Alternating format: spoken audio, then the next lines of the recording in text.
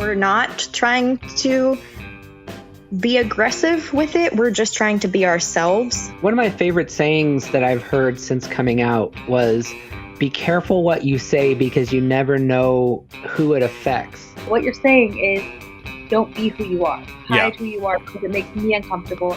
What's going on, everybody? Welcome to Social Discord, episode 12, part 3 of Whose Gender Is It Anyway? Perspectives from the Trans Community. As usual, I am your host for today's episode, Dalen Turk. I'm Kara Tebow. And I'm Curtis Medina. Now, last episode, we had a fantastic conversation with Holly Megan Scott that gave us a really bright perspective on the trans community that, personally speaking, for me, I really haven't had the insight on before. So I love that conversation. What do you guys think? Yeah, it was awesome. And you know, what's really important, too, is it's something I learned from one of the books I read that was actually written by a trans person. What they said was, you know, there's so much of this discussion that goes on without any trans people even as a part of the conversation. So, I mean, I think it's really cool to be able to have the opportunity to get this subject out to people, you know, using this show. And there I go again. I'm trying my best to not say you guys, and I did it so well in the last episode, and I've done it twice today.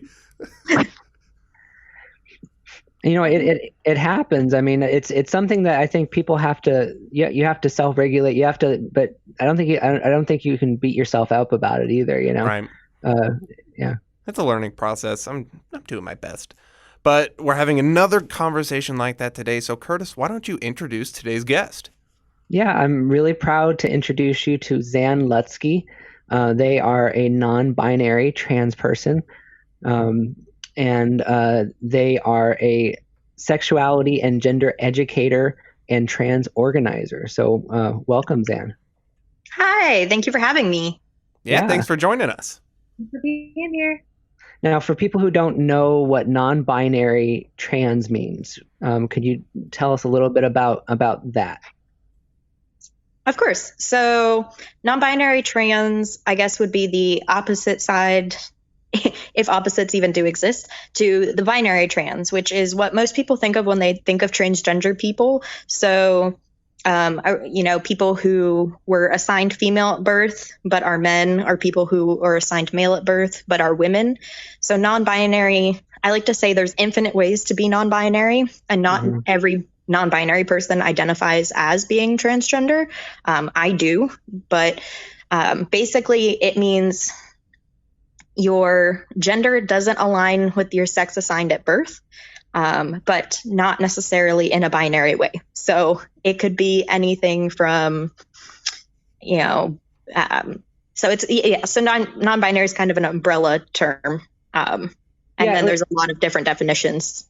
And my understanding is that, you know, to be trans basically just means you started one place and you're transferring, or you have transferred to something else. And so in your case, it's you didn't transfer from one gender to another. You transferred from what you were assigned at birth to non-binary. Would that be correct? Kind of. So okay. I get where you're coming from. I think the important thing to remember, though, is that people who are trans are not going from one thing to another. They've always been that gender. Right. Yes. And they're just being open about it now. Yes.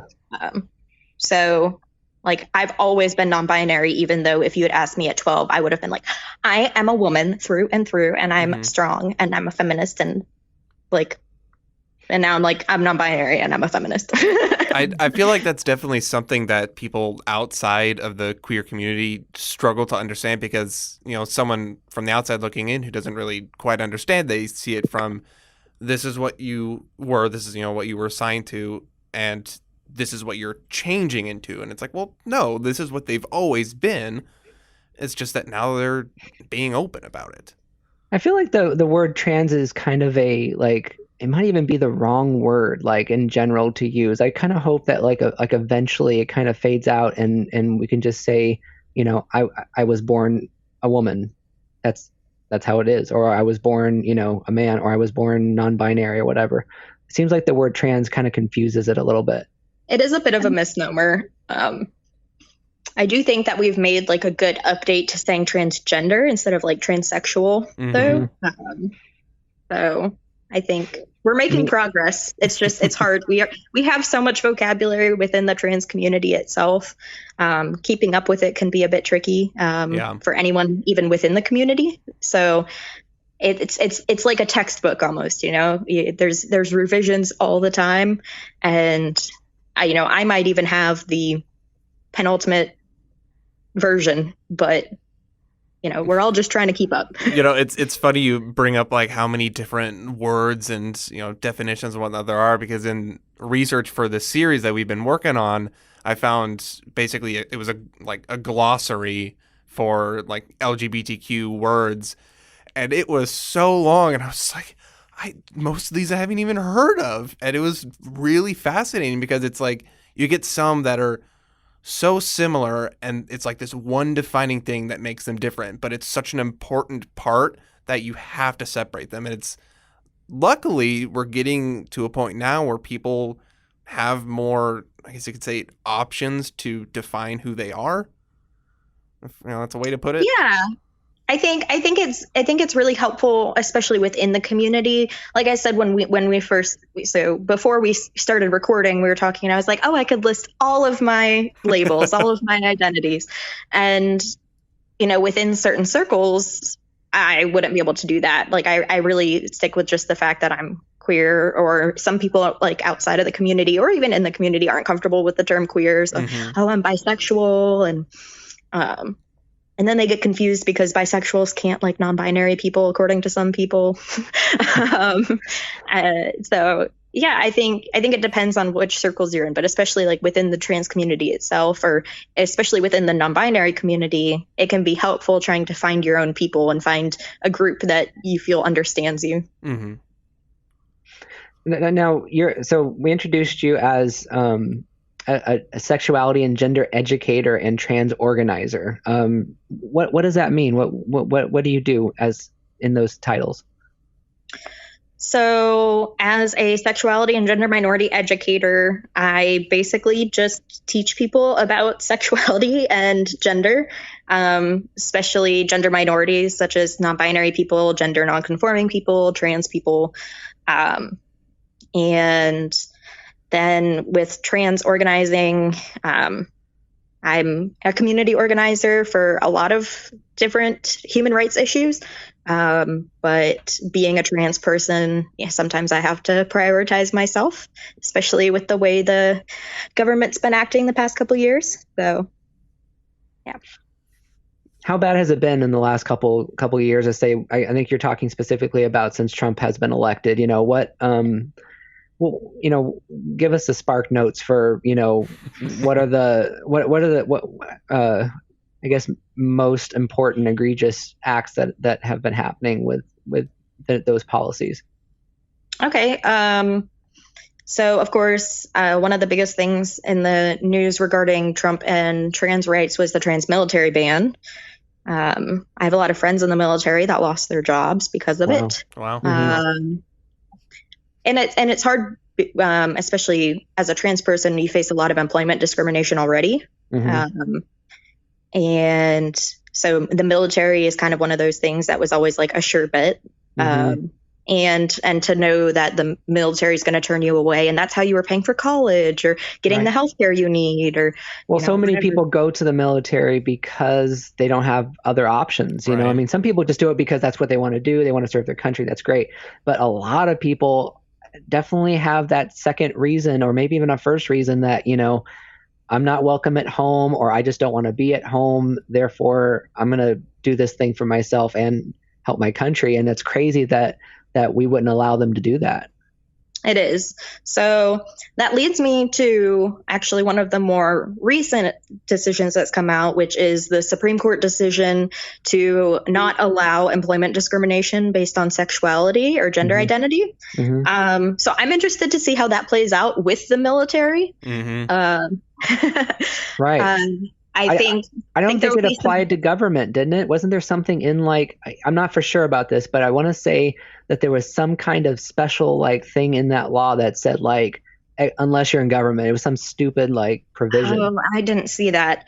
I have to admit, I have been trying to keep up on things, but it does wear me down to have to read about my rights being taken away consistently. Yeah. So sometimes I have to take a break or not read the full bill or full decision.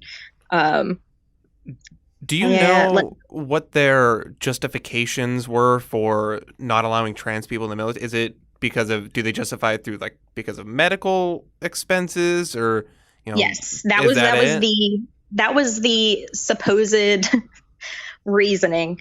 The supposed reasoning was, one, now that we're allowing women in combat, pretty much anybody in the military has to be able to go into an active war zone. Right. And the idea was that people who are medically transitioning, meaning they need access to hormones, would not be able to have those needs met in an active war zone. I think that's a bit ridiculous because, if you can give people high blood pressure medication, you can give people their hormones. I think the other idea was the expense. However, I think we've all seen the counter argument about how much they pay for Viagra. Yep. the famous debate. Right. I know. I love that they'll put out money for Viagra, but not for our veterans who are, actively disabled. That's wow. The VA is not in an ideal state, and it hasn't been for a while. I actually heard. I think this is a little bit better than a rumor. I actually read this in something, but who knows if it necessarily holds up. Curtis, rumors are facts, okay? That is false. That was a joke. Everyone listen. Didn't you know this is 2020? Yeah. But what I read was, in order for Trump to get his tax bill through, which is pretty much the only big piece of legislation that Trump was able to get through in his first term, hopefully only term, was that he had to agree to take the protections for trans people out, or I guess to say it cruder, to kick trans people out of the military because there were it was 10 senators from mostly conservative states mostly southern conservative states that basically said, we won't vote for this unless you do this other thing for us. And that's what I heard. Excuse me. That's what I heard. And and it sort of went with this idea that Trump is sort of he doesn't always, at least at first, he kind of acted like he was sort of pro queer rights, even though that hasn't actually happened. But he convinced Caitlyn Jenner, didn't he? Exactly. Yeah, there's a video of Caitlyn Jenner using the restroom of her choice in the Trump Tower, and it came out right before the election. And it was such a garbage video, honestly. It was. And then I remember when this when the trans military ban started happening, I remember she tweeted something. It was like, I never saw this coming, and really? Oh my gosh, I'm so upset. And really, you didn't see this coming? All right. Well, that's just proof that trans people can also come from a place of privilege. Yeah.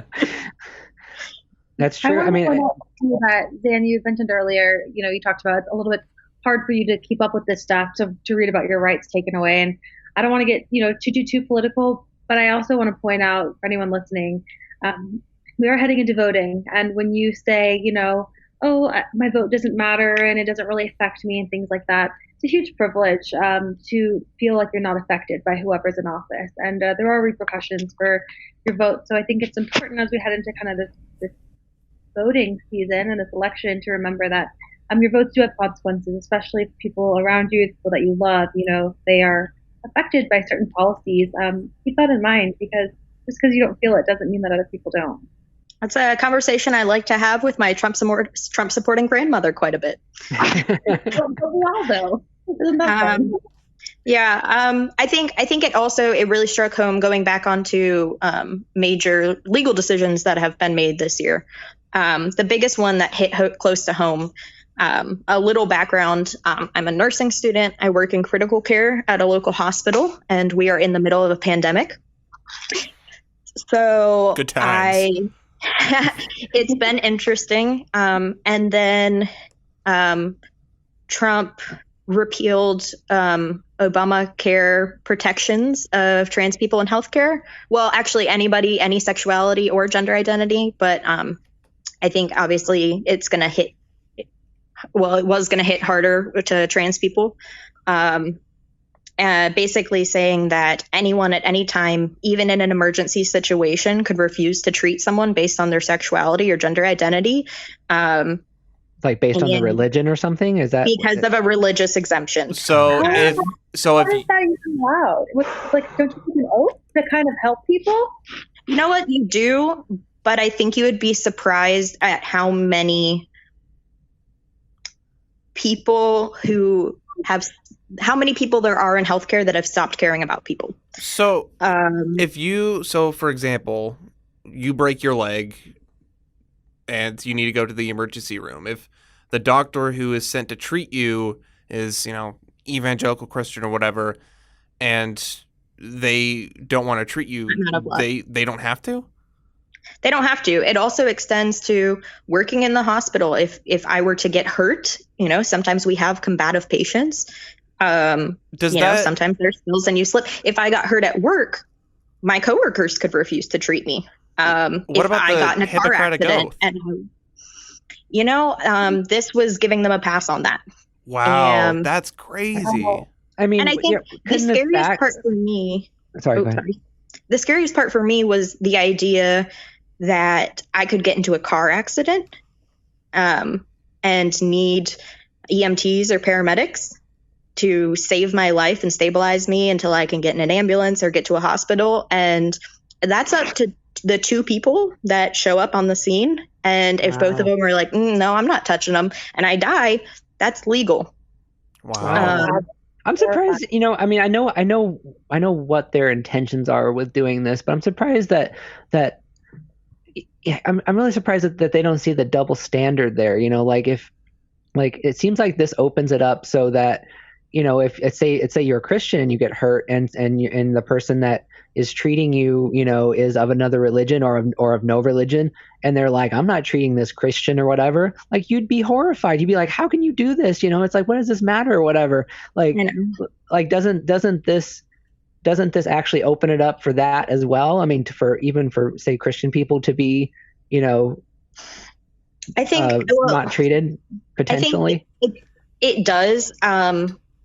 I think it's also interesting. So my religion, my interpretation of my religion would prevent me from assisting or participating in circumcisions that were not medically necessary. Mm-hmm.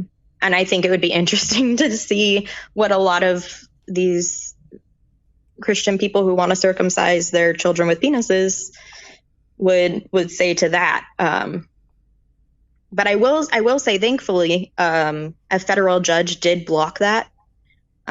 So I'm safe for now. Thank God. Wow. That is just, it's so wild that, and of course, America, or United States, I'll say, has a lot of issues, but it's crazy that that's a thing. Like, the fact that, I can't imagine somebody from outside of the United States looking in and hearing you say that. Like, they would have to be just absolutely baffled, like everyone should be. I mean, I think they're baffled enough at our healthcare system to begin with. I remember when I was living in Dublin, they were like, you have to pay for an ambulance? And I was like, yeah, like hundreds of dollars. Yeah. Do you remember that video that went viral where it was some guy in the United Kingdom asking people questions about United States medical expenses? Yep. And they were like, how much to have a baby? What? They thought it was a joke. And they're like, that was a joke. It is a joke. That's the reality. It is a joke. Land of the bankrupt free. On a previous episode, we talked a little bit about intersex. That a lot more people are born intersex than you would think. Mm-hmm.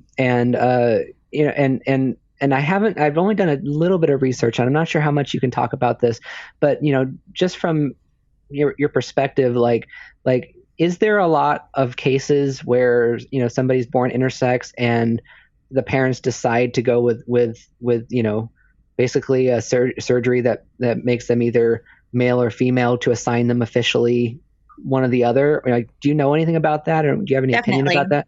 I have a lot of intersex friends, because intersex people are a lot more common than we realize, which I'm sure you probably talked about on the previous podcast. We actually didn't really that much.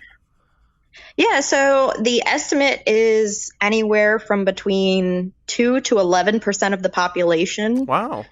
Is intersex. Yeah. The equivalency that has kind of been going around is intersex people are as common as natural redheads.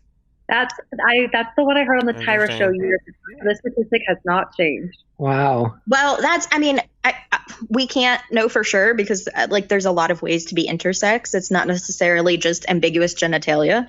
But and that's why we're thinking larger percentages of people are intersex nowadays.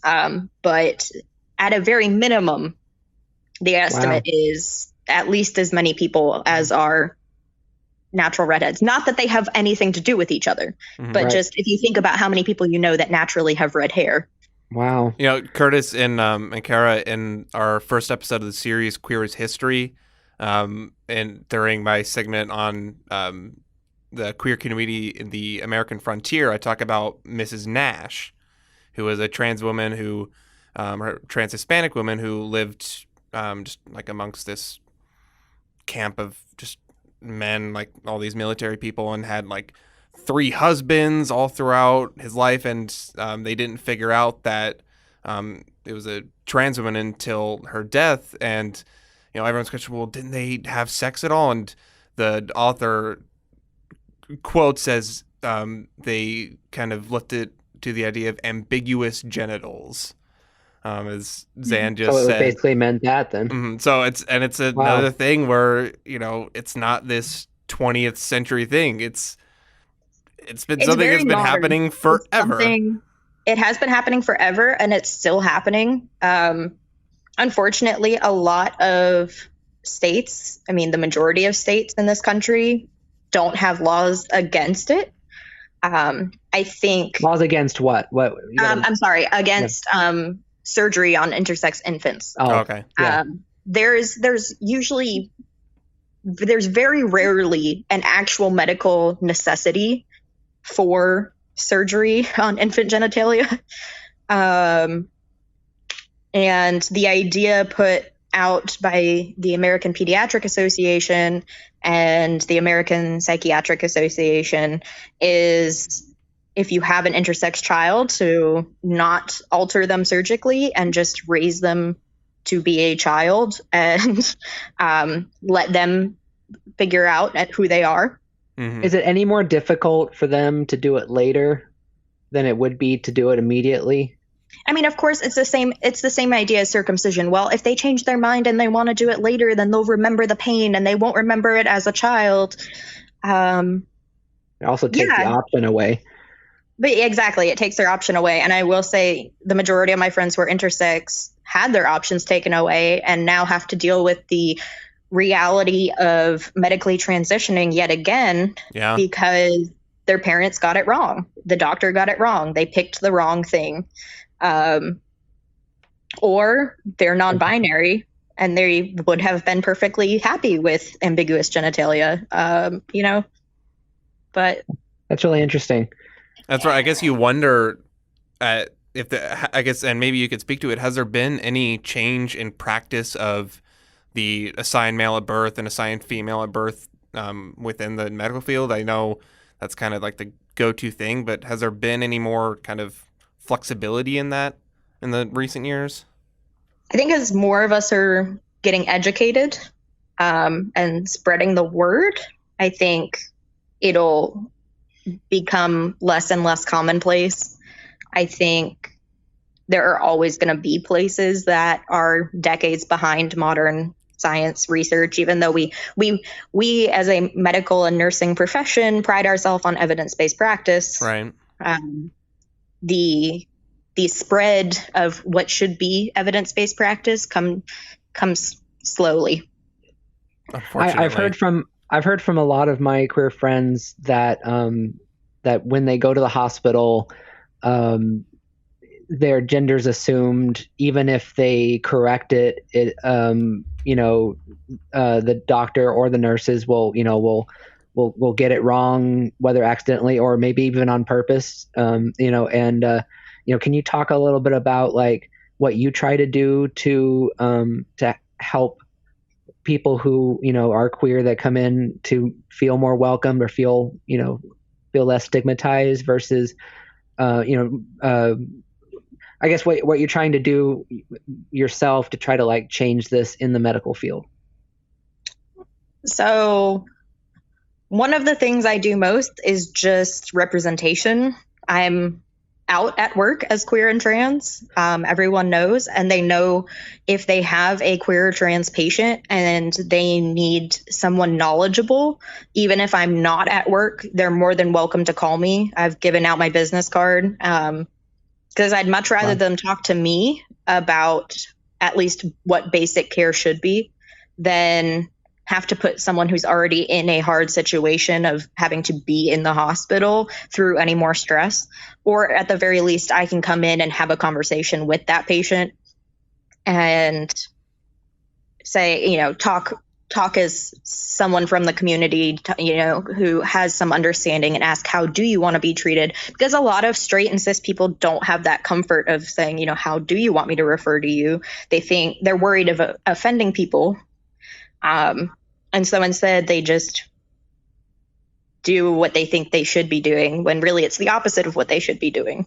When you have a patient and you have a doctor or a healthcare professional, so much of that diagnosis, so much of that patient's willingness to follow their treatment plan depends on that trust with their physician or their nurse or their health professional. It's a huge thing that we talk about in public health.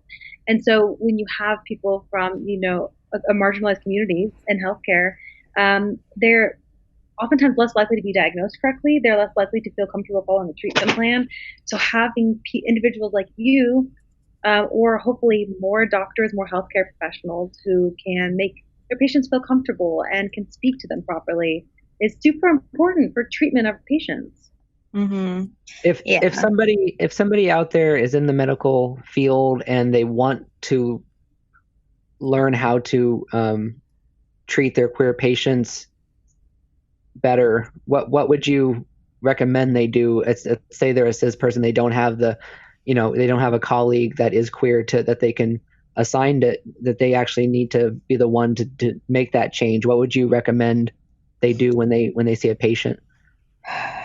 Well, first of all, I would say as medical professionals, we have access to a lot of content on how to properly treat patients. The majority of medical professionals that are nurses or physicians have a certain amount of continuing education credits that they have to get in order to renew a license and whatnot. Use some of those. And instead of doing what's going to be easy or what you already know about just so that you can pass and get your credits out of the way, use them to learn about communities you don't know about. There are a lot of good resources out there. I'm sure whatever system their hospital or facility uses has something about queer and trans individuals. And at the very least, that's a stepping stone and an introduction. There's a lot of good research. If you're at a hospital, you're more than likely have access to the internet.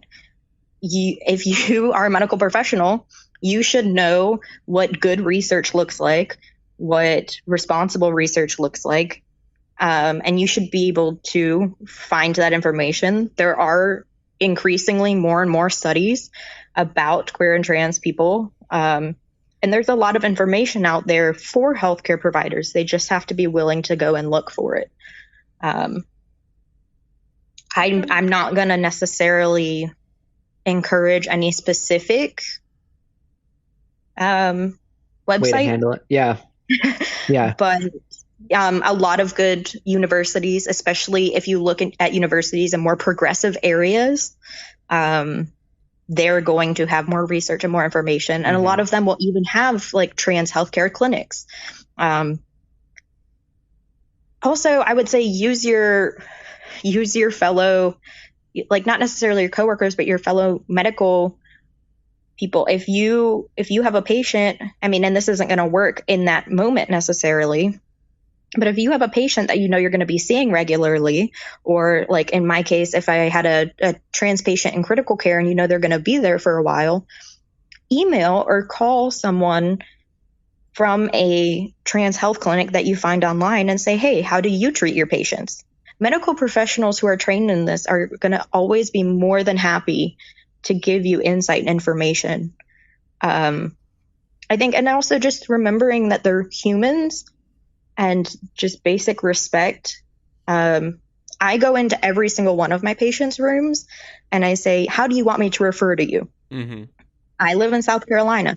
Some of my patients want me to call them Mima. Some of my patients, some of them want me to call them Mr. Jones. Some of them want me to call them Reverend so-and-so, you know, like everyone wants to be called something else. And this will also give you an opening. You know, I don't go in and ask people their name and pronouns. A lot of times, I would say, obviously, the majority of my patients are not queer and trans. And I don't necessarily need to give them an opportunity to berate me. But if I go into a trans patient's room and say, how do you want me to refer to you? That gives them an opening to say, well, actually, I use this name and I use these pronouns. I'm sure also the comfort, you know, that you understand, you know, that they're not like getting a doctor who's just going to kind of do what they do, you know, someone who's willing to be like, hey, like, let's make you as comfortable as possible in this situation. Well, a lot of patients would be, you know, just happy that you cared to even know their name. I mean, a lot of times, like, medical people, they're in and out and, they don't even know your name, much less your pronouns or, or anything else, I mean, so yeah, I think a big step. I think also advocating, every hospital has clinical educators. And if you go to your clinical educators and ask for resources or you ask for more training, they will be able to find that information for you. And I think we need to come up with better systems in our hospitals. We have signs for everything: fall risks, intake restrictions, everything. If there was a way we could have a subtle sign to say, hey, this person is trans, that wouldn't out them, that wouldn't make their visitors aware or whatever, that might be a good idea. I mean, there are lots of hospitals who have lots of different ideas. I think this is that for everyone too. I mean, you don't necessarily have to do it just because you think they're trans. You could just say this person wants to be referred as, this or whatever, and have that be the sign up. Exactly. I think there's a lot of really easy solutions that people just aren't willing to put into practice because it's not an issue for them. Right. I think safety is a big issue in medicine for trans people. As someone who's experienced discrimination in healthcare as a patient, it's stressful to, I have a lot of chronic illnesses and I have to go see providers regularly. Sometimes I'm in the hospital. It's hard to find people who won't write you off for your gender identity or try to over include it. They try to medicalize you being trans. And I think just finding the right balance, recognizing that trans people in general are less likely to get healthcare because of discrimination. And they're less likely to be able to get healthcare because of a lack of support in their life, a lack of insurance. I think it's a huge issue within the trans community. And so the fact that they're even there to begin with is a big step. And I don't want to say you need to coddle trans people because we're not weak. We're some of the strongest people you'll ever meet. But that extra step of recognizing, hey, this patient's not going to be comfortable being here. So let me just make sure that they're good. Let me just maybe check on them a little more often. Mm-hmm. Maybe, ask if they need anything. Also, be aware that we have strained relationships sometimes with our family members. So we might have visitor restrictions. We might have, people who, come in and ask for us by the wrong name. There's a lot of things to take into consideration. It's just do your research. Just like you would, I've being in nursing school, we spend countless hours doing cultural competency about different religions and different races and ethnicities,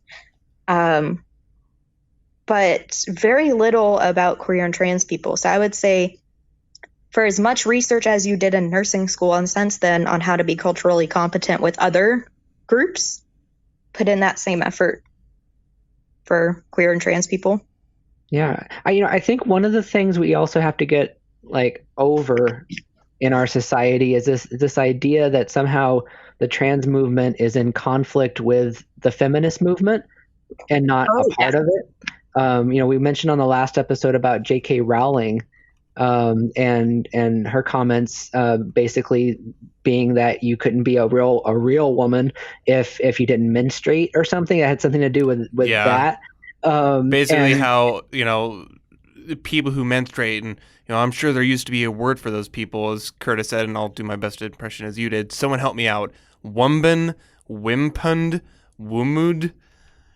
And basically, if you're not a quote unquote natural woman, then you can't be a natural feminist. I love it. Poor thing doesn't understand basic biology.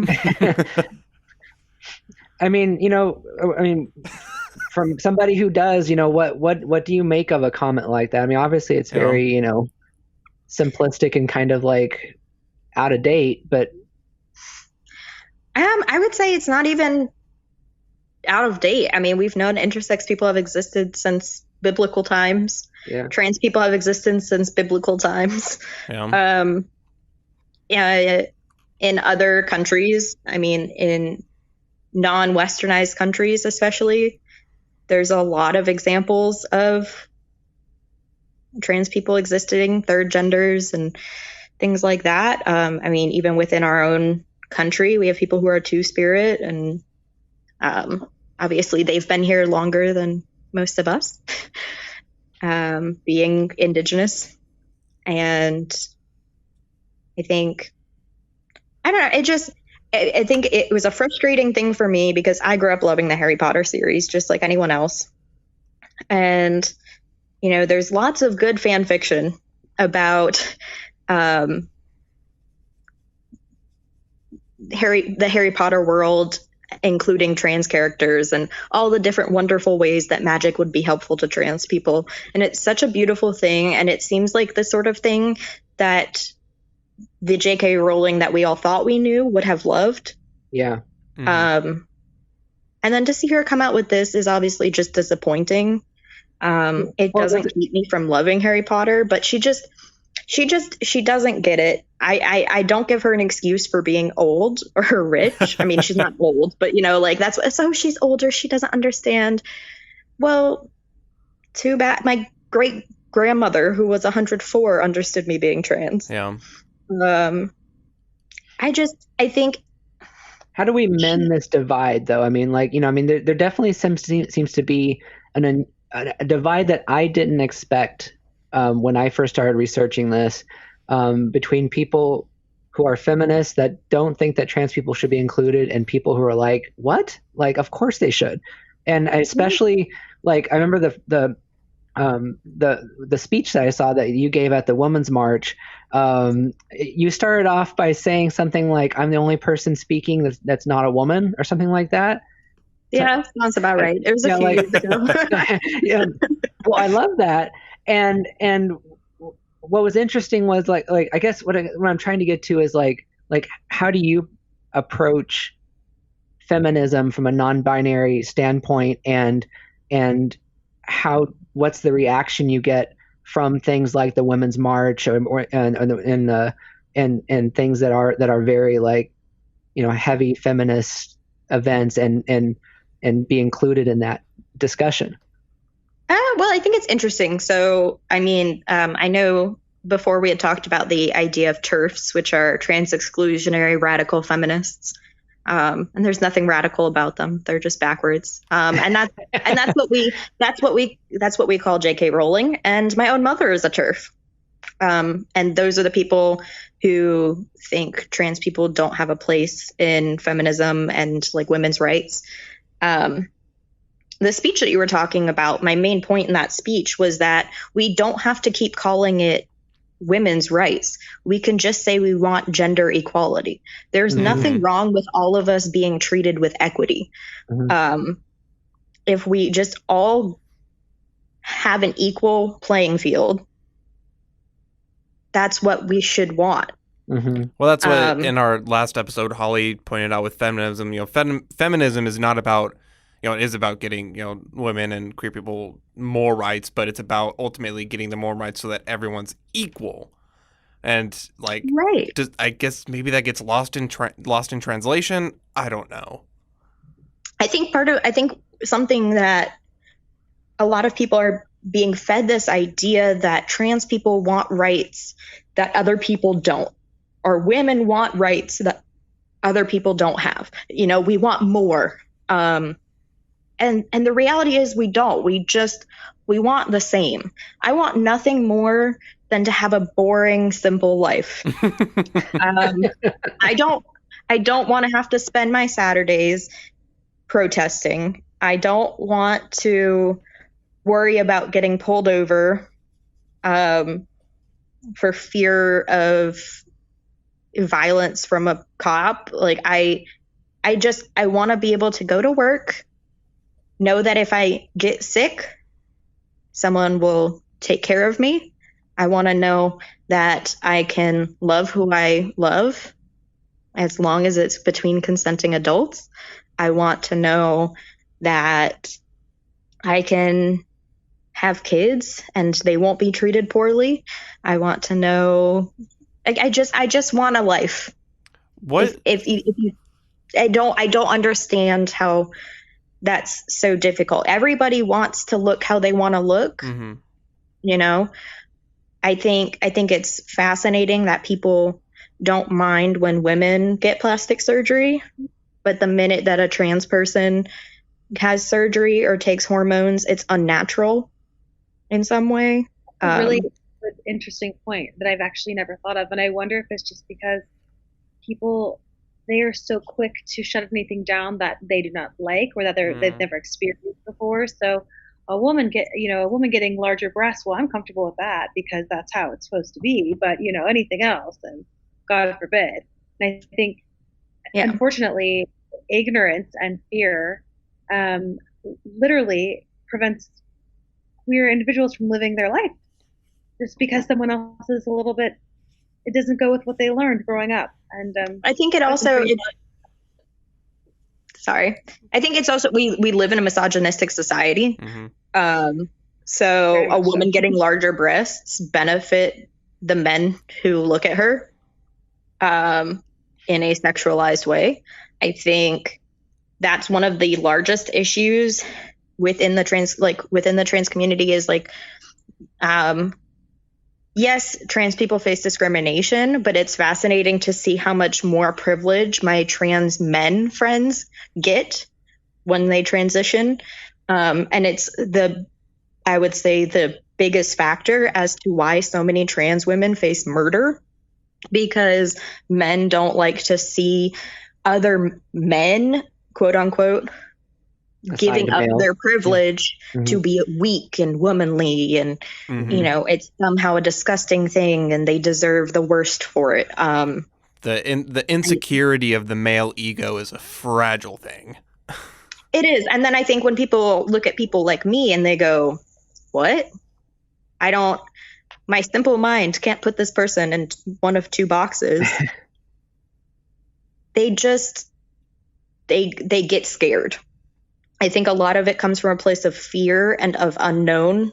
I mean, I can't tell you how many times I've had a conversation with someone who didn't know I was trans, didn't know I was queer. I mean, I look fairly typically queer, but didn't know I was trans at least. And we were able to have a whole conversation, and they would tell me, oh, well, I don't like trans people because of this or because of that. And I'd have a whole conversation with them. And then towards the end, I'd be like, well, I'm trans.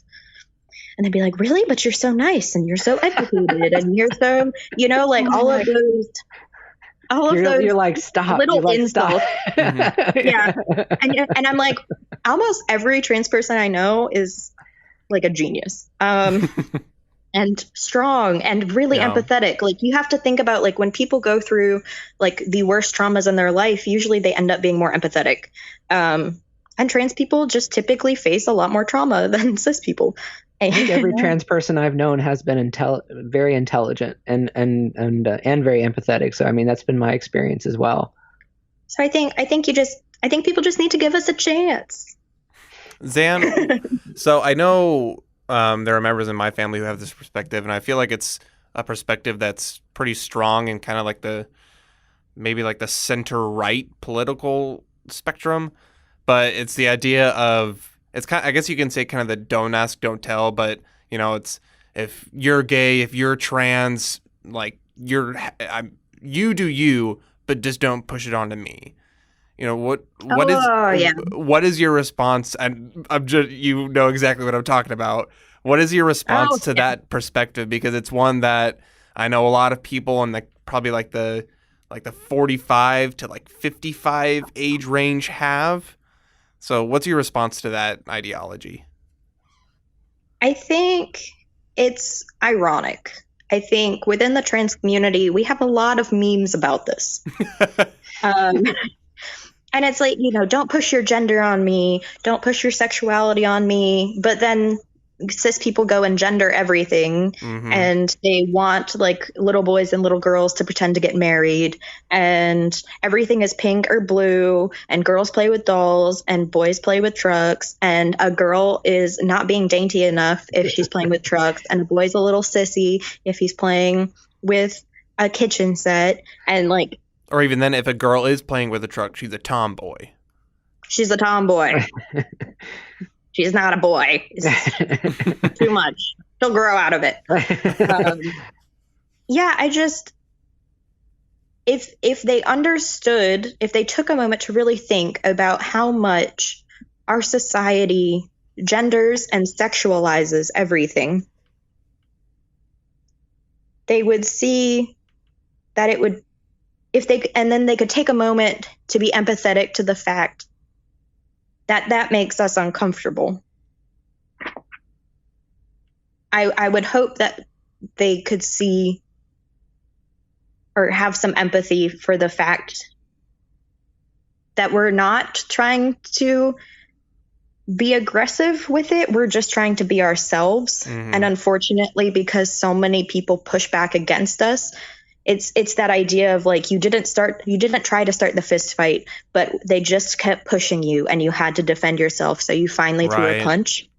And like, I think a lot of people see queer and trans people as these angry people. And to some extent, I can't speak for everyone, but I've been the angry queer person and the angry trans person. But it comes from a place of hurt. And fear. And if people would take a minute to listen and to think about someone other than themselves, I think the world would come a lot further, a lot quicker. I mean, I have to think about everyone else all the time for my own safety. Yeah. I have to defend my existence. And by defend my existence, I mean be the nicest, sweetest trans person you've ever met and be a good role model and get straight A's and do everything perfectly, because God forbid if I have a bad day, every trans person is horrible. Right. So if they just took a minute to realize like we're just humans, I think like this is my biggest argument is like everyone's just a human and we're all just trying to feel better about ourselves and we all just want to be loved. The thing I don't like in politics I'm going to say that no matter which end of that spectrum you're on, it happens, but I don't know, I always think it happens a little more on the conservative side, is, when you're talking about another type of person, you don't use the word people a lot. You don't, like, if you're it's the immigrants or whatever, you don't say like these people, you don't, and I feel like that's done for two reasons. One, because I think there would be a guilt that the people saying it would feel if they actually called them people and realized that they were just humans like they were. And there's also this other political game that happens where if you don't humanize your enemy, it's easier to shove them in a drawer. So like one of my main goals with this whole little mini series thing we're doing is, and I was talking with you, Xan, about this, was, at no point did I ever want this to be about like, you prove your existence to me, and that's what ends up happening a lot when these discussions happen. It's like, I'm the normal one, therefore you have to prove, that you are a person or that your feelings matter. And that is a terrible place to start off with. Unfortunately, a lot of people around my age and older, the first time they ever saw a trans person or a queer person was probably on some trashy talk show. Jerry Springer was the worst. I remember watching that. I watched it too, and a lot of people, that was their first impression of somebody different than them, and it's so stigmatized so many different types of people as as crazy or as as lustful or sinners and all these different things that anyone could be, not because you're queer or trans or whatever. And so and a lot of times those shows always started out with whatever host it was saying, explain yourself, you tell us why you are. And it was such a terrible way to start out. There's no, I feel like if you're talking to anyone, no matter how different they are from you, you should always start off by remembering that they're people and humans first, not some other thing that needs to prove themselves. I think, I love that. And I appreciated you communicating that to me before we recorded the podcast. I think also I would say that the right does tend to dehumanize people more. However, the left isn't always great at being willing to have conversations. Yeah. I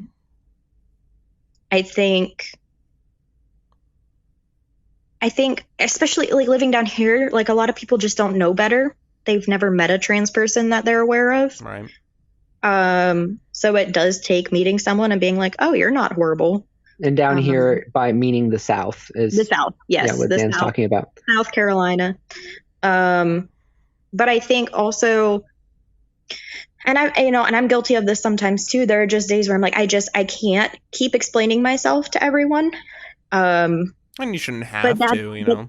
But that's what it takes to get people to change their minds. Yeah. And that's why we need people who aren't trans to be having these conversations like you are, because we're tired.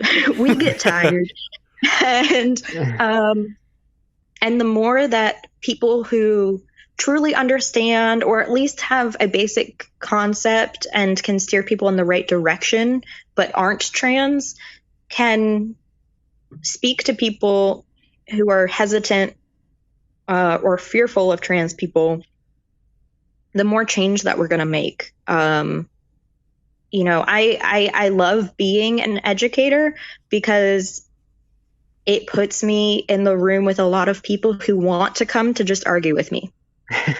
And a lot of times it is people who their bosses are making them come to this training as some sort of sensitivity training. And they are prepared to ignore me or argue with me the entire time. What do you do to break those people down and teach them something that they may not readily want to know at the beginning? What do you do? I use humor a lot, and I try to show my humanity. I'm not afraid. If someone says something really hurtful, I'm not afraid to say, hey, that really hurts my feelings. And it's okay that it hurts my feelings. But if you want to engage in this conversation and actually get some answers, I would appreciate a certain level of respect.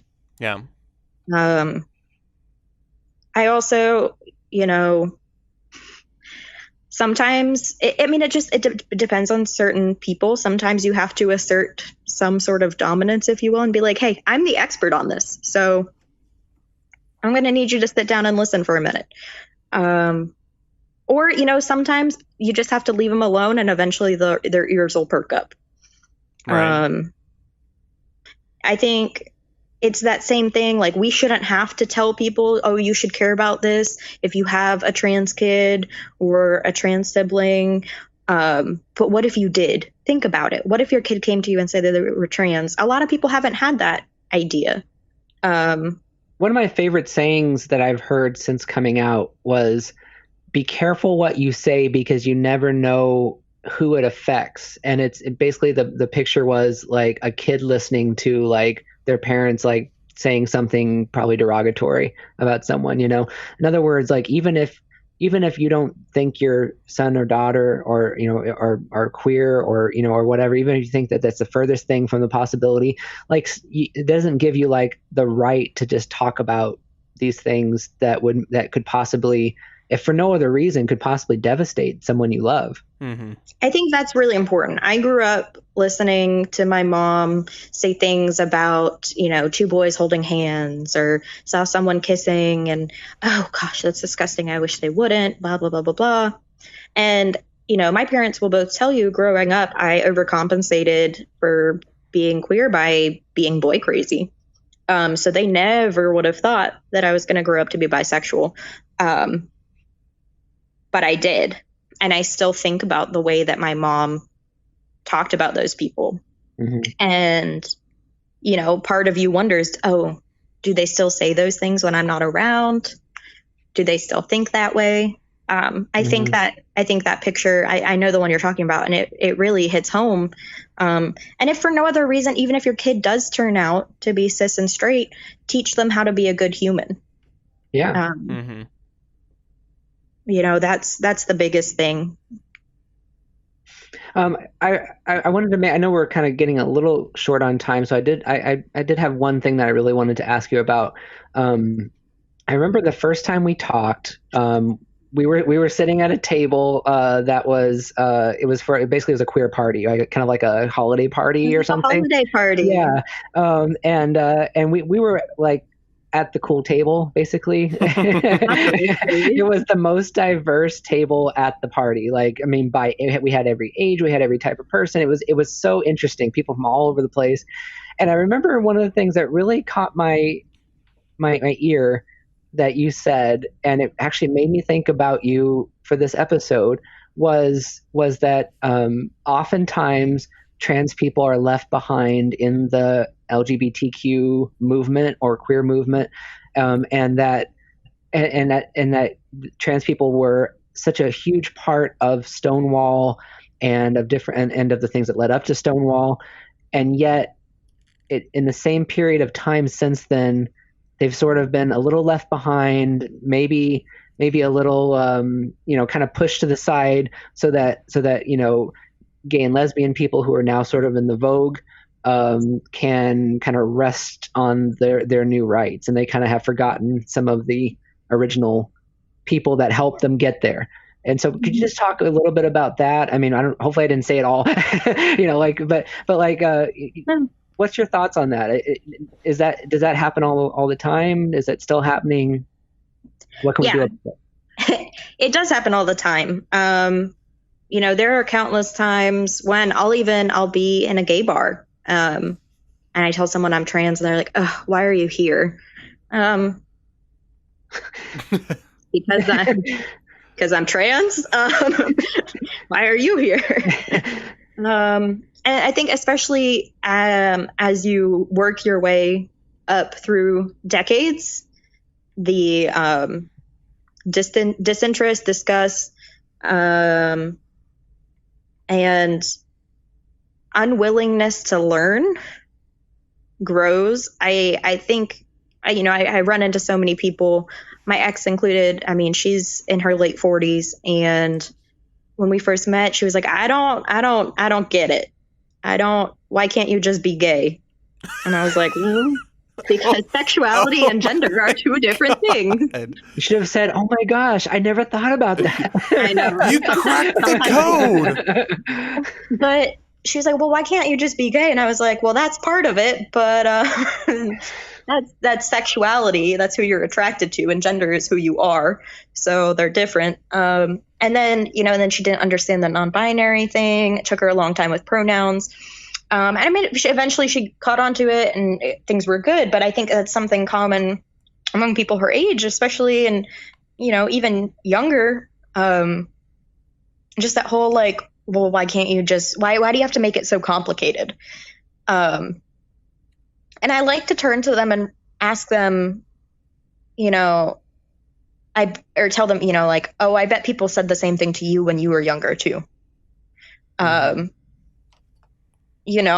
many times, do you hear stories from like older queer people where they're like, yeah, like people just, why did I have to, make things so awkward and so complicated, and by being gay, straight? Why can't you just be normal? Whatever normal is. It's like the idea that generations, they may recognize the struggles that they had, but they don't recognize that the younger generations now are going through similar struggles. And they're like, oh, well, my struggles, the solutions came from my struggles, so those solutions stand today. It's like, well, but they change.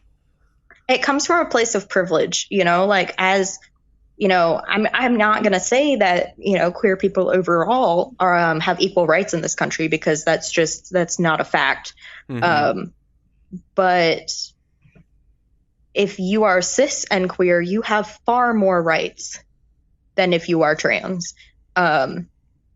You have better representation in media, in politics, just in life in general in the U.S. And, you specifically, your life might not be easier, but as a whole, things are easier for queer people who are cis right now. And so I think especially like people who are older, who were there before they had those rights, they're like, oh, well, I did my fighting and I got what I needed. Yeah, that's a good way to put it. Yeah. I got what I needed and I'm done. Now I can just kind of coast. And they forget that they're not the only part of the community. A lot of people are angry that the trans and intersex communities are lumped together with the LGB community.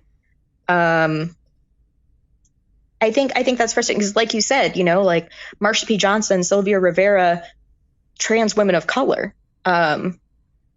They started the movement. Yeah. Like they started the movement. They are the reason why you have rights.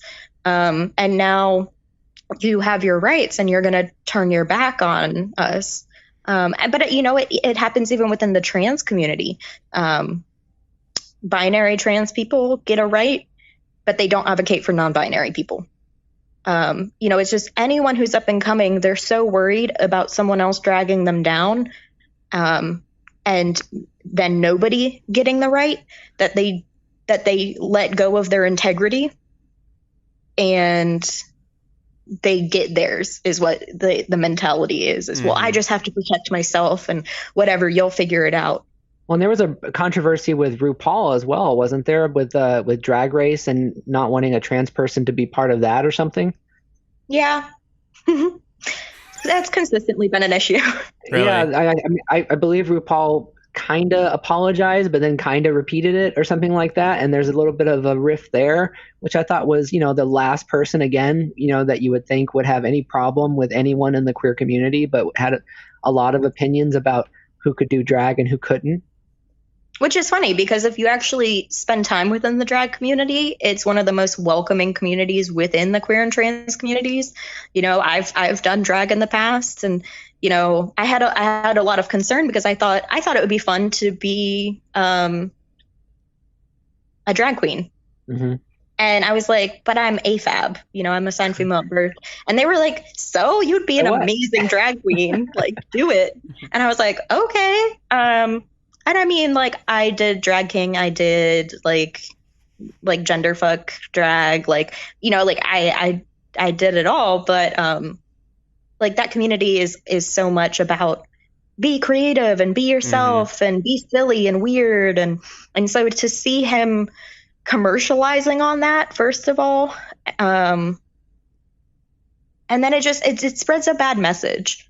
I think because a lot of like cis and straight people watch that show and they watch the queens being catty and they watch RuPaul being shitty and they go, oh, that's what queer people are. I remember that's so sad. my first experience with RuPaul's drag show. It was my best friend Connor and I, and Connor's gay, and we had visited the Stanley Hotel in Estes Park. He planned the trip as an early bachelor party for me. Just he and I went on this trip together. And on the way driving back to Missoula, we stopped in Billings, Montana. And we were staying at his friend's house, and it was me, who's a straight white male, with 4 gay men in this house, which, totally fine, like whatever. And we're chilling, and they put on RuPaul's drag show, and we're watching, and Connor turns to me, and he's like, so, and I really hadn't had any experience with drag, and he's like, so what you think? And I was like, it's interesting. And he's like, I knew you were going to say that. And at the time, I had no reference to it. I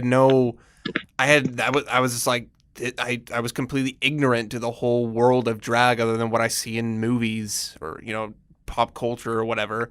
But now, I've tried to do my research and try to do my part to be, more understanding. And like, as he said, it's a fantastic community of people. Unfortunately, there are, the bad sides that we see with what RuPaul has expressed, but it's pretty awesome community of people. Yeah, I think like it's funny because we started this almost talking about like J.K. Rowling and Harry Potter, and it's like it's almost the same thing. Like almost every single person I know that like loves Harry Potter, and like I played Quidditch in college, and like everyone I played awesome. Quidditch with. But like everyone that I played Quidditch with, well, first of all, it's a co-ed sport. So like I actually could play as a non-binary person. So like there's rules about how many people of each gender you can have on the pitch at a time. And like I counted as my own gender. So pretty much like I could always go in and play whenever I wanted, as long as someone needed a break. So like Quidditch is like the only finally you get one thing like one more bonus. You got one bonus in society. Kiss my ass.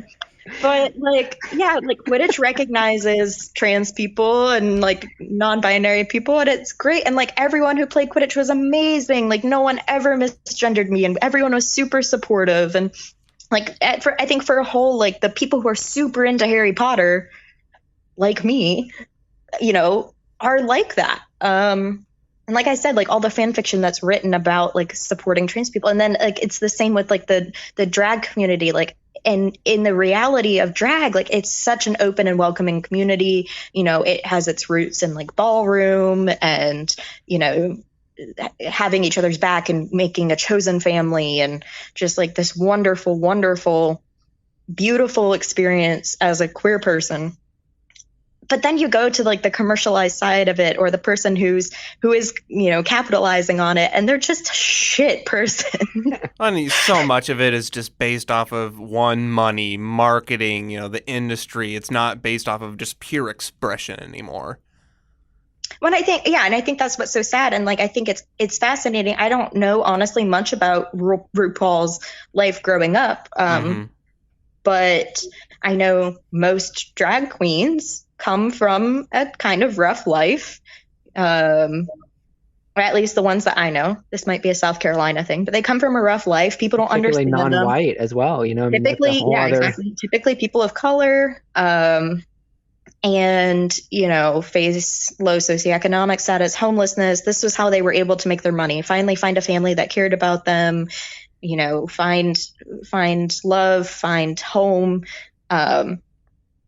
And so I would imagine potentially RuPaul came from the same kind of background.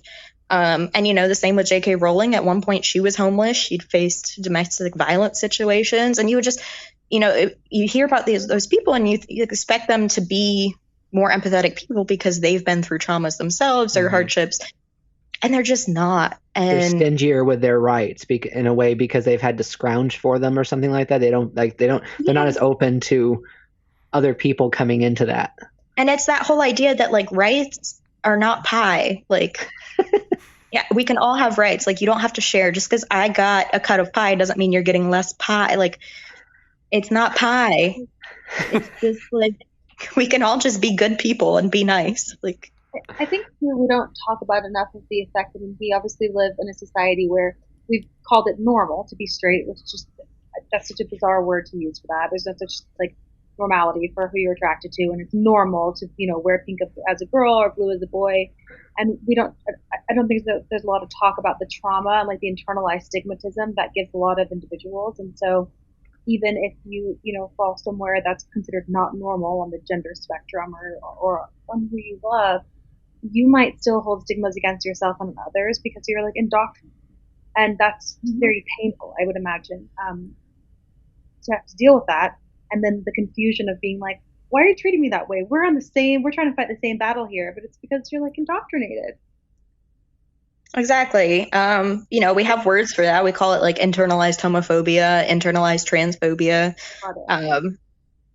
And it's funny. It's the same vocabulary that comes to mind when I think of trans people that are Republicans. I'm oh, honey, you must really hate yourself. Okay.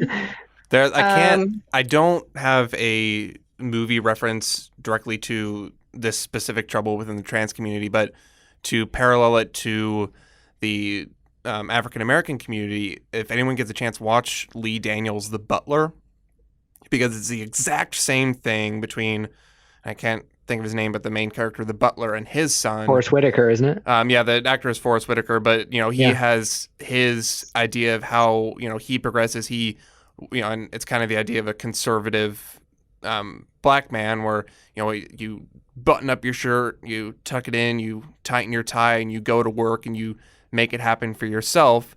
Whereas his son the entire time was fighting against racial injustice. He was part of the Black Panthers. He's getting arrested constantly, and you tell his son, why can't you just keep it together and just work? And he's like, well, that worked for you, but it's not working for us. And so it's a great parallel of this exact struggle, but within the African American community. If anyone wants to get an example of a movie to get a better understanding of this specific difference between the struggles of older generations and younger generations. I think it's fascinating because it also it comes from the community itself and it comes from outside the community too. When the trans healthcare rollback happened with Trump, I remember I was crying to my dad, and my dad was like, well, but how do people know you're trans? They don't know you're trans unless you tell them. And I was like, that's not the issue. I'm not going to hide who I am so that I can get health care. I would if I had to, and I've had to before. But the idea is that I shouldn't have to. That argument that Dalen mentioned earlier, I don't care what you do, just don't throw it in your face. We talked about this, I think, on another episode. That doesn't exist. It's one way. What you're saying is don't be who you are. Hide who you are because it makes me uncomfortable. And we, at some point in society, we decided things, whether it was, because it came from a Bible verse or a marketing campaign, actually, this is going to be the norm now. And if you don't fit inside of it, keep it out of my face. And that's not fair. That's not fair. So there's no such thing as just don't do it in front of me. Yeah. The only thing that means is just, hey, don't be yourself. Okay. Yeah. Don't express yourself in any public form. Exactly. When I love that, Kara, you brought up the idea of normal and people facing stigmatization and things like that. There's a really popular subreddit called Are the Straights Okay? No, we are not. And no, y'all aren't. Maybe some of y'all. That's the decision we've come to as a group. And there's also Are the Cis Okay? And so And so like the decision that we've come to is like, most of y'all know. No, y'all need some therapy. Therapy is a good thing. Right. Everyone needs therapy. Just go to therapy. Even if you think you're fine, just go to therapy. Dan, what are like actual things you could do other than just, having an open mind and stuff like that, which is good advice, but more general? What specific things could someone in the queer community do to include trans people better into, the laws and some of the privileges that they enjoy? Like what can somebody do who wants to make a difference, is queer, but doesn't know how? What can they do? They can, this is going to sound rude, they can shut up. Mm-hmm. They can shut up and ask trans people, which is what you're doing now, which is good. But in general, I think a lot of times people like to speak for us, but don't really know what they're talking about. So I think like if you're an organization, especially that wants to be advocates for trans people and non-binary people, have those people at your table, have those people on your boards and your organizations. Like I'm on the board of a local organization as like a human rights committee chair. Actively search, don't tokenize, but actively search for people who are interested in those positions.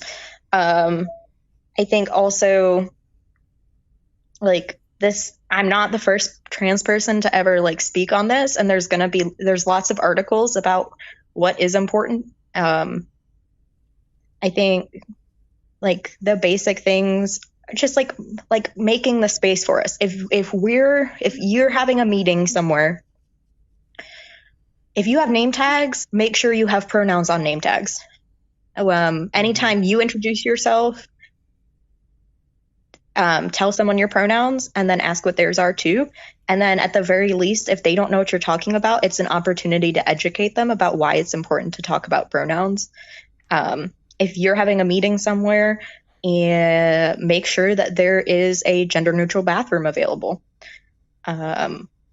I think also like something we don't talk about a lot in the intersectionality of being queer and trans is, one, meeting in spaces that are comfortable for people of color, but also accessible for people with disabilities. Yeah. Like the majority of queer and trans people I know have disabilities of some sort. And as someone who has disabilities and, has had to use a walker before, I found myself not being able to attend a lot of meetings I wanted to go to because it was too loud and I couldn't understand people, or there were stairs to get into the building, or, it was too far of a walk from where the parking was. Thinking about these things when you're setting up these meetings is going to make it accessible for so many more people. Make sure you're not going to a restaurant that has Confederate flags hanging if you're inviting people of color. In my organization that I'm part of down here, we have a list of local restaurants that we don't go to for various reasons. And we're always on the lookout for great new places to try, but we have our places where we know we don't go. Just in general, what kind of reasons would get a restaurant on that list? Displaying paraphernalia like "Don't Tread on Me" flags, Confederate flags, Blue Lives Matter flags. I've been somewhere where like the staff was wearing T-shirts that said inappropriate things. Like I said, like places that aren't physically accessible, places that are in general like too loud and don't offer like a smaller separate environment, because a lot of people have sensory issues, or like I have an auditory processing issue, and so like if I can't see your lips and it's loud, a lot of time I can't understand you. So like also good lighting. it's a lot of things to take into consideration, but if these things are important to you, then you'll make it work. Mm-hmm. Have you ever expressed any of say like the lesser issues to a restaurant? I'm not sure if you would, and to see if they would change something, say like the lighting or something like that. Yeah, there are definitely places where we've had conversations, or they were able to offer us like a separate meeting space, or they let us come in early before opening hours, or just different things. I mean, some places that's not going to be able to work, and we completely understand. Also, like we have, being aware of who like their hiring practices sometimes is important. Whether that's them purposely not hiring people who are previously incarcerated, and like that's something that we would disagree with in my organization, or whether they are hiring people who are like child molesters or something, like we're not necessarily going to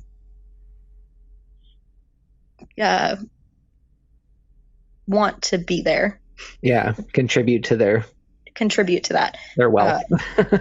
Exactly. So yeah, just being mindful. I think being mindful consumerism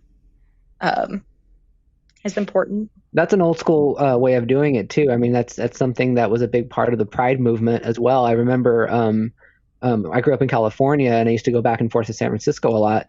And even, this is, like 30 years at that time, would have been 30 years after, sort of the Pride movement began.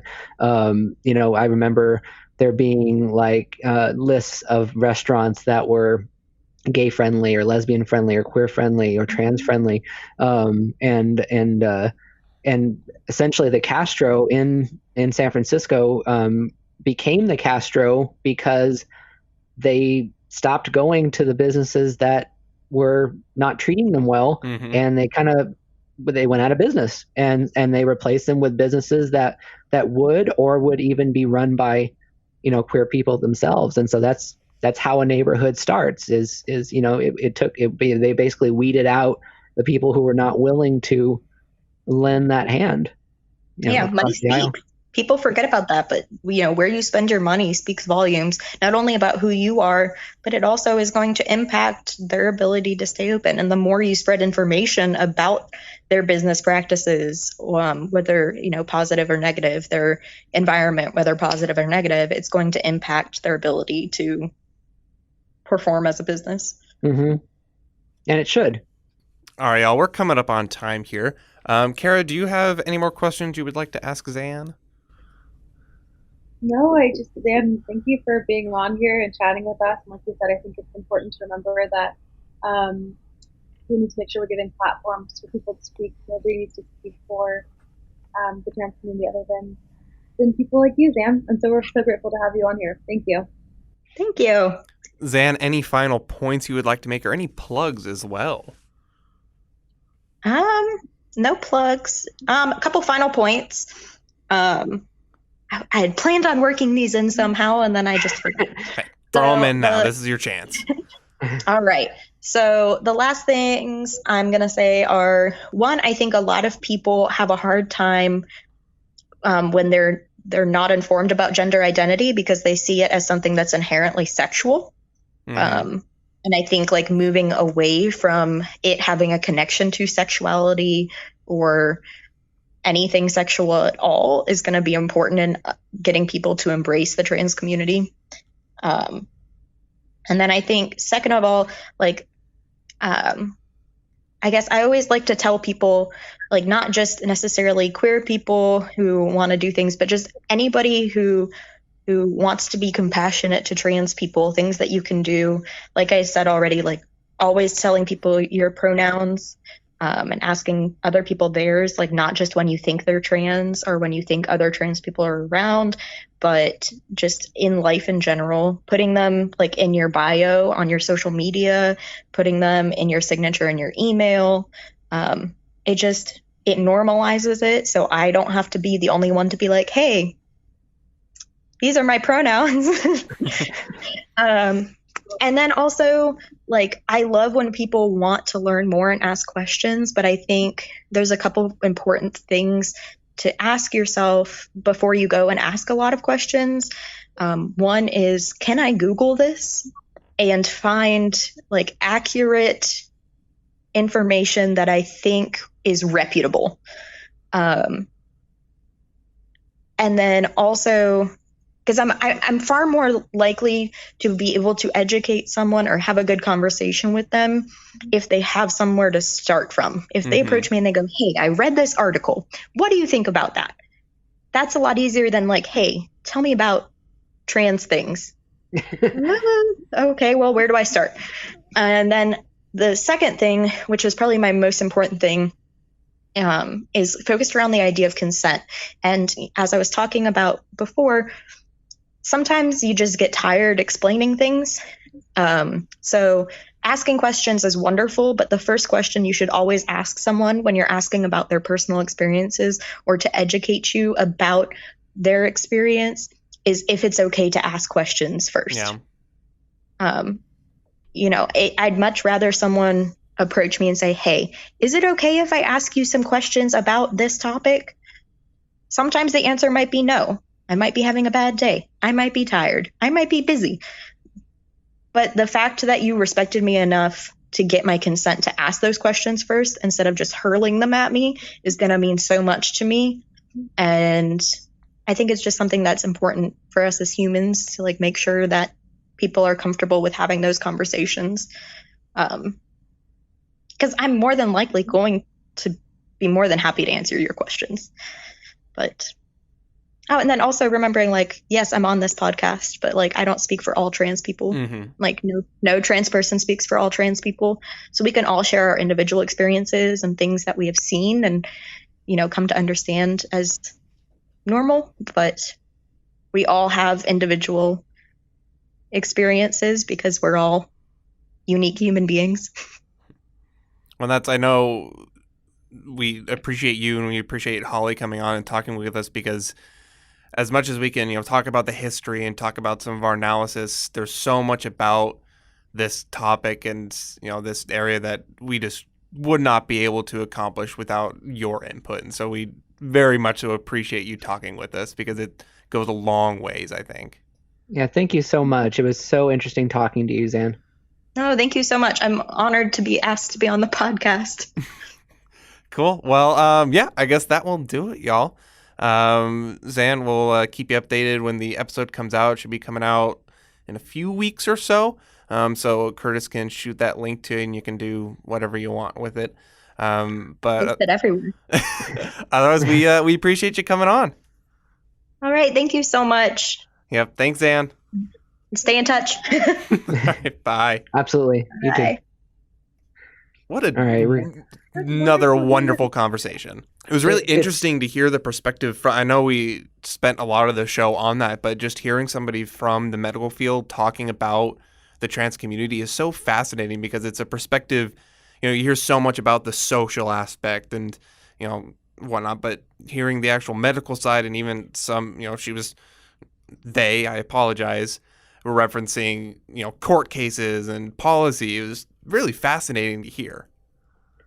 Yeah, it's an inside perspective. I think it's actually, I think, more common than you think, that the person that you go to see at a hospital is going to be part of the queer community, because a lot of people that are queer have been told that there's something wrong with them, and I think that the way to combat that is through knowledge, through science, and a lot of them are extremely smart individuals that thankfully lend their opinion to add to the medical community and the science behind it, because they feel strongly about this. Of course they do. Well, that will do it for today's episode. Did you all have anything you want to plug tonight? I kind of want to plug the next episode because we just did 2 episodes that were interviews, and interview driven, and then we have one more interview coming up, and it's going to be really interesting because we're going to sort of